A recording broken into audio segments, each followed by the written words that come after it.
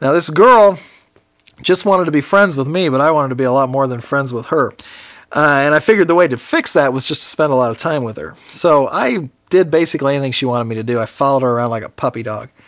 And one thing she wanted me to do was go to an atheism versus Christianity debate that was at a local college. Now, I had no interest in going to that debate. I knew who the winner was going to be, of course. The atheist was going to win. The Christians don't have any arguments. But I wanted to be with her. So I went to the debate anyway. I was shocked to find out that both debaters were scientists. Now, if you haven't been through the indoctrination that I had been through up to that point, you wouldn't understand how incredibly shocked I was. I mean, honestly, throughout the entire debate, I expected the Christian to eventually just say, ha ha ha, just kidding. No one can be a scientist and a Christian. But no, he was a scientist. He was a professor of physics. He did scientific research. He was exactly the kind of person I wanted to be, and yet he was a Christian.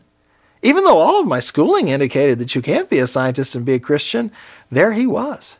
Now, the other debater, the atheist, was a scientist as well. He was a professor of biology. He did scientific research as well.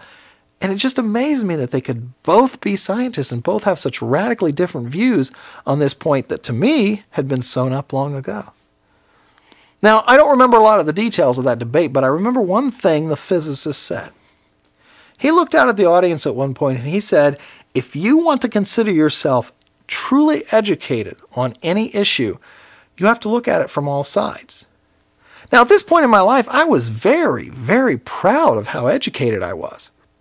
But then I came to realize that I wasn't educated on this issue of religion, on this issue of God, because I had always looked at just one side of the issue, atheism. So I decided to become truly educated. I decided to look at both sides of the issue. Now, the physicist in his talk gave a couple of titles of books that you could look at to start investigating the Christian side of science. And so I did that. And those books led me to other books and so forth. In short, I did what I did best. I did research. And so I started researching this issue of religion and how science looks at religion. And I was amazed. Basically, the books that he suggested and the books I found later, they were grouped into two different kinds of books. One set of books were creation science books, and the other set of books were Christian apologetics books. The creation science books talk mostly about scientific evidence for God's existence and for creation as opposed to evolution, whereas the Christian apologetics book talked mostly about scientific reasons to believe in the Bible. Now, it was the creation science books that really got me interested to begin with. These books talked about a lot of things I already knew. They talked about how there aren't any transitional forms in the fossil records. There's no such thing as beneficial mutations as far as we can tell. No one has ever come up with any kind of reliable or understandable mechanism for evolution.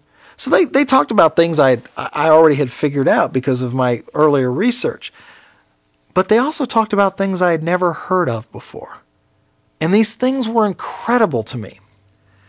They talked about the design that exists in nature. And they showed how perfectly designed nature was. And this was a completely new concept to me. I had been through a lot of scientific education up to this point, but no one had told me the kind of scientific facts that these creation science books were telling me. Let me give you a couple of examples of these facts that really, really turned me on to creation science. The first is the atom. The atom is the smallest stable building block of matter. It's so small you can't see it, but it's there nevertheless. Through experimentation, we've developed a model of what an atom should look like. Unlike the theory of evolution, atomic theory has a lot of data to back it up. And so even though we've never seen an atom, the theories are so well backed up by the data that we can be pretty certain that the atom looks the way atomic theory says it should look. Basically, atomic theory says that the atom is comprised of three components: the proton, the neutron, and the electron. Protons and neutrons group together at the center of the atom, which we call the nucleus. And orbiting around that nucleus, you find the electrons. So if you think about it, the nucleus can be thought of maybe as Earth, and the electrons can be thought of the moon orbiting around Earth. Protons and neutrons are at the center of the atom, called the nucleus, and the electrons orbit the nucleus, much like the moon orbits the Earth. Now, if we look at these three individual components, we will find that they fit together perfectly. For example, let's look at the proton and the electron. The electron is a particle that has negative charge. When you turn on a light switch, for example, to light a lamp, the reason that lamp lights up is because electrons move through the wire to the light. The light uses the energy of that electrons to turn into visible light, and that visible light comes from the lamp. The reason the electrons move through that wire in the first place is because they have electrical charge. We call the electrical charge that an electron has negative electrical charge. Now the proton inside the nucleus of the atom, the proton also has electrical charge. Its electrical charge is opposite of the electrons, however. It's got positive electrical charge. The positive electrical charge of the proton and the negative electrical charge of the electron attract one another, and that's part of what holds an atom together. Now, it turns out that the proton is 2,000 times heavier and larger than the electron. Despite their incredible differences, however, the proton and the electron have exactly the same amount of electrical charge. The electron's electrical charge is negative, the proton's electrical charge is positive, but the size of those electrical charges are exactly the same. Calculations tell us that if those charges, the sizes of those charges, were off by as little as 1/1000th of 1%, then all of the molecules in our body would instantaneously explode due to the electrical imbalance. Now think about that. The electron and the proton fit together so perfectly that their specifications are within 1/1000th of 1%. Now, when I give a design to a master machinist, and I used to have to do this a lot in my research, if I give a design to a master machinist, and I want this master machinist to do a really good job, I typically tell them that the specifications have to be right to within 1,000th. That's 0.1%. So a really, really top quality machinist can work with a really, really good design today and make a design whose specifications are right to within 1/10th of 1%. The atom specifications are correct to within 1/1000th of 1%. That's how well put together the atom is. But it doesn't end there. Just like the proton and the electron have certain specifications that they must meet in order to fit together, the proton and the neutron, both of them in the center of the atom, they have specifications to meet as well. It turns out that the proton and the neutron are very similar. Unlike the proton and electron, the proton and the neutron are very similar. As a matter of fact, the only real difference is that the neutron has no electrical charge, and it's about 0.1% heavier than the proton. Not much, 0.1%. Nevertheless, that amount is crucial. If the mass of the neutron were to change by as much as 0.1% again, then all protons would spontaneously turn into neutrons according to the theories of nuclear physics, and there would be no atoms in the universe. If neutrons were even 0.1% heavier than they are today, there would be no atoms in the universe.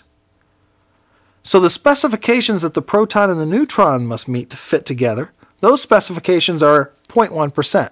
Now, a master machinist could do that if he's really good, but only if he's really good.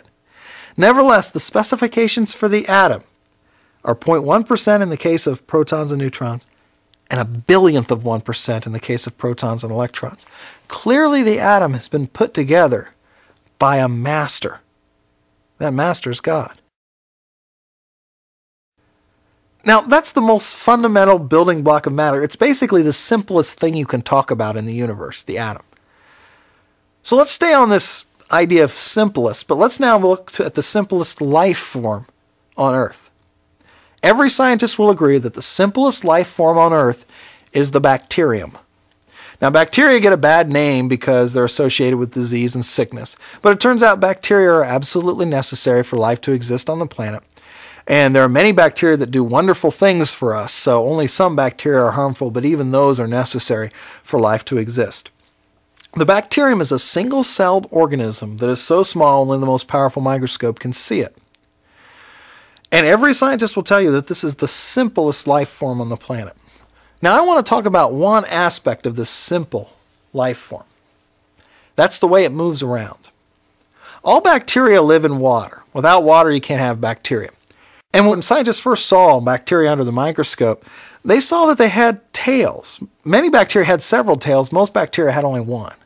And they figured that those tails were used for movement, that the bacterium would sort of swish the tail back and forth, and when the tail swished back and forth, the bacterium would move forward as a result of that motion in the water.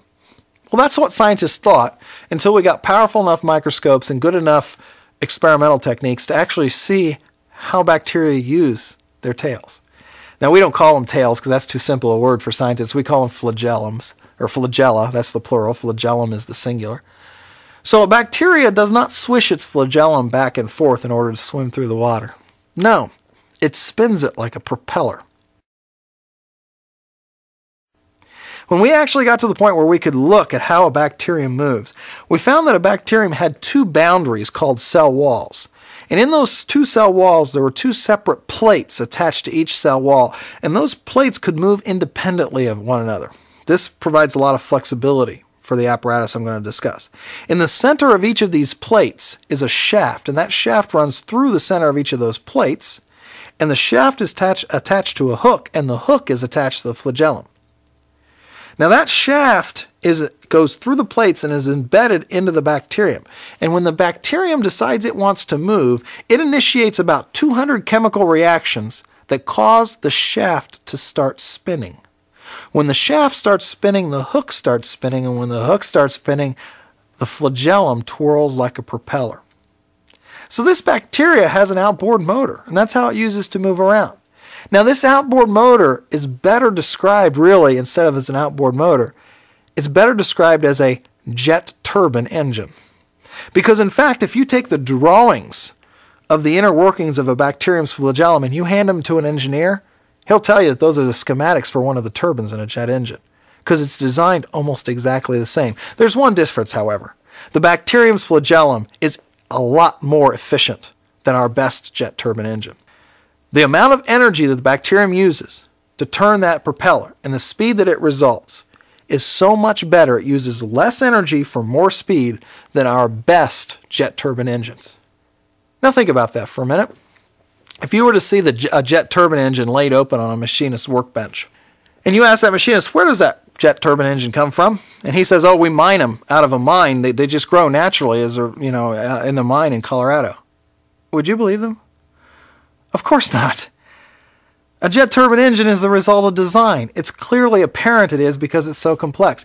Yet here's the simplest life form on the planet, and its locomotion mechanism is infinitely more precise and more efficient than our best jet turbine engine. And people want to believe that that simple life form developed by chance.